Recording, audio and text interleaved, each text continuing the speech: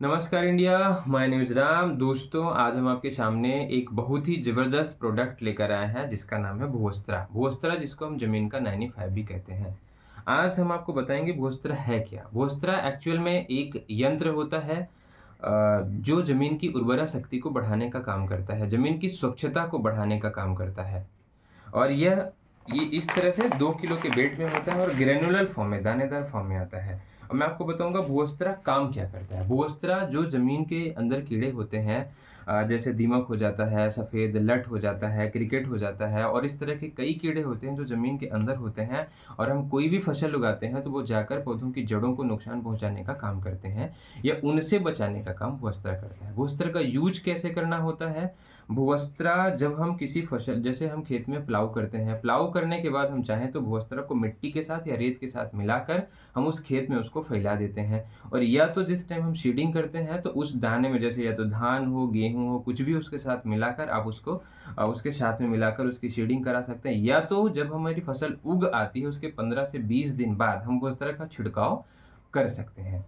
अब भूवस्त्रा काम कैसे करता है हम आपको वो बताते हैं। जैसे भूवस्त्रा के जो दाने होते हैं, भूवस्त्रा के दाने में जो दवा मिली होती है वो जैसे ही पानी के संपर्क में आती है तो मिट्टी के साथ में मिल जाती है। और जैसे हम कोई भी फसल उगाते हैं तो जब उस पौधे की जो जड़ होती है ज़मीन में जाती है, जैसे पौधे की जड़ होती है ज़मीन में जाती है तो भूवस्त्रा इसकी एक लेयर होती है उस पौधे की जड़ में मिल जाती है। उसके बाद ज़मीन के अंदर का कोई भी जो कीड़ा होता है, जब वो पौधों के नुकसान पहुँचाने का काम करता है, पौधे की जड़ को खाने आता है, तो इसमें जो मिली हुई दवा होती है, उस कीड़े को, उसके मुँह को बंद कर देती है। उसको जो स्ट्रोक लगता है, 4 पॉइंट का स्ट्रोक लगता है, उसको पैरालिसिस हो जाता है, उसका मुँह बंद हो जाता है, वो पानी छोड़ देता है और फाइनली वो कीड़ा मर जाता है, खत्म हो जाता है। तो हम देखते हैं कि जो जो कीड़ा हमारे पौधों को नुकसान पहुँचाने के लिए आता है, वही कीड़ा मर जाता है और उसी खेत में दब जाता है और खाद का काम करता है।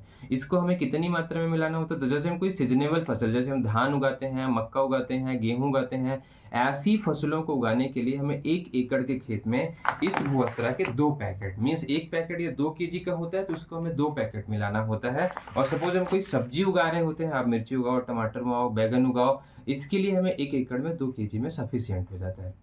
कुछ ऐसे लोग भी होते हैं जो खेती नहीं करते, लेकिन अपने घरों में गमलों में बहुत सारे तरह-तरह के फूल उगाते हैं, पौधे उगाते हैं। कुछ लोग तो पालक उगाते हैं, टमाटर उगाते हैं, मिर्ची उगाते हैं।